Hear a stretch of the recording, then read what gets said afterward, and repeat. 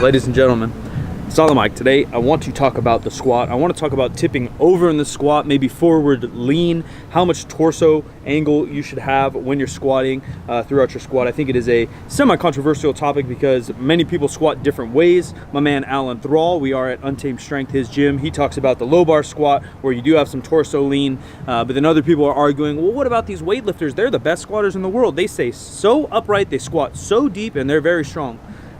First thing, whenever you're making an argument for one training style, method, or form or the other, you can't pick the few outliers that there are. We have to talk about general. So all the tips I give on here is what I believe works best for most. When we're talking about these weightlifters, people only point out the best in the world, like the best 100 weightlifters that ever were or that are currently. And when you're talking about those people, they have a certain body type. Obviously they have work ethic and they have all these other things, but they have a certain body type that allowed them to get to the top of their sport, and that typically allows very small femurs. So for those people, they put the bar very high because they don't care. Their sport, you don't put the bar on your back. They have small femurs so they can hit depth very easily or more efficiently than some of us can. And so they stay very upright. As well as a front squat, they stay very upright. As well as a snatch, they stay fairly upright. So besides kind of these outliers, a lot of people will tend to use a low bar position. This low bar position in the squat, basically what it does is it cuts your lever kind of in half. If you guys have used a shovel, and we just use the tip of the shovel when we're shoveling, it's going to feel very heavy with any kind of amount of dirt or rocks on the end. Rather than if I move that lever and I use my other hand, now it becomes lighter because we're shortening that lever. And that's basically what we're doing. If the bar is up here and I squat, now the weight from my movers is very far away. Then I shorten it by moving it a little bit further down my back, closer to my hips, closer to my legs, which are the main movers, pushing away from the ground. So now that we're in the low bar position, which works best for most, not all, and people are gonna say, Mike, but you kind of squat with a high bar.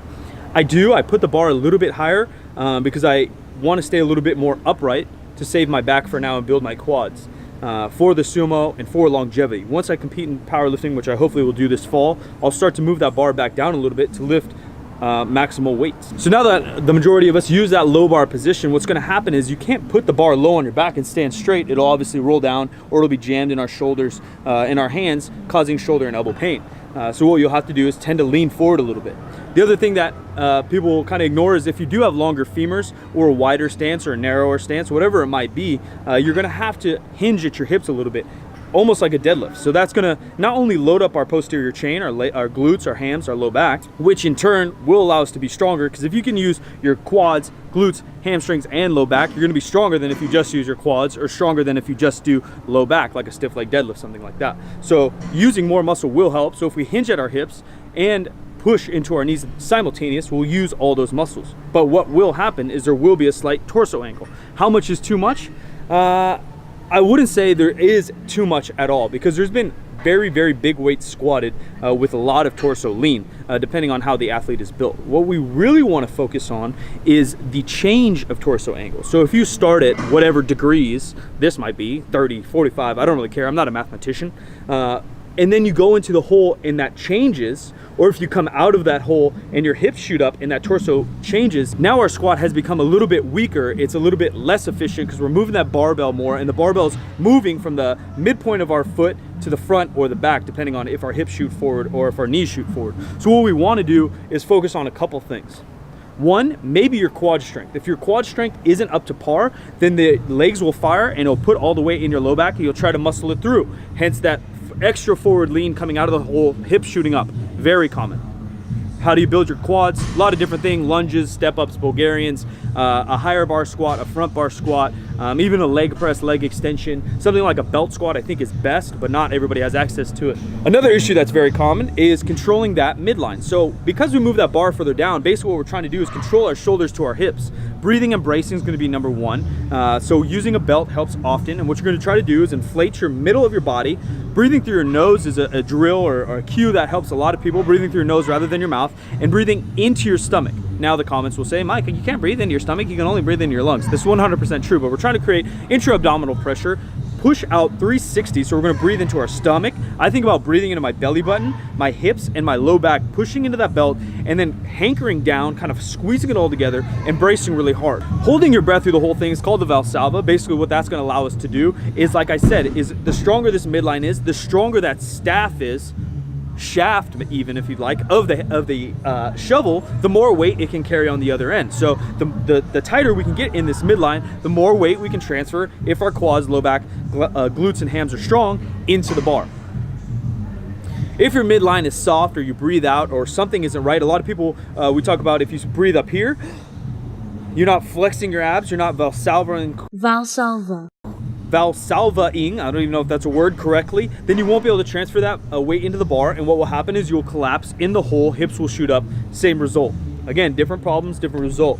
Get a lot of questions on the internet and people just tell me their problem, but if we don't go through these steps, all programming and technique is troubleshooting. Okay, I'm doing this good, I gotta fix this. I'm doing this wrong, I gotta fix this. And you figure out which one you have wrong, and then we hopefully get a better squat. My last tip to not fold over, I have too much torso lean, is just a cue of pushing your traps into the bar. So whether the bar is kind of a high bar, mid bar, low bar position, when we talk about bar position, I think it's more to do with the position of the bar, obviously, than actually the style of squat. Because a lot of people, John Hack, I know we're talking about outliers, but he has the bar very low and he squats very upright and quad dominant. There's other people that have the bar very high and they still kind of lean forward. So you can have the bar in a certain position and your lower extremities could be doing a different style of squat. That's why I don't like the term high bar or low bar. It's more position of squat and then the style of squat. So the cue for everyone, I think, is good. Once you're coming out of the hole, you stay controlled, you go as fast as you can, under control, be quick but don't hurry, controlled chaos, all these fucking awesome phrases, going into the hole. And then from there, if I'm breathed correctly, if my quads are strong, then I'm just gonna think about pushing my back into that bar as hard as I can. And that's gonna allow me to lead with my torso if I'm flexing my legs, and then my hips and my knees will lock out nearly simultaneous in the squat, which I think is most efficient for the majority of people. So if you're leaning a little bit in your squat, it is okay. Just keep that torso angle the same through the entire squat. Make sure your knees travel forward a little bit. It's not a bad thing. If your knees end up over your toes or your midfoot, depending on how you're built, often will be your strongest.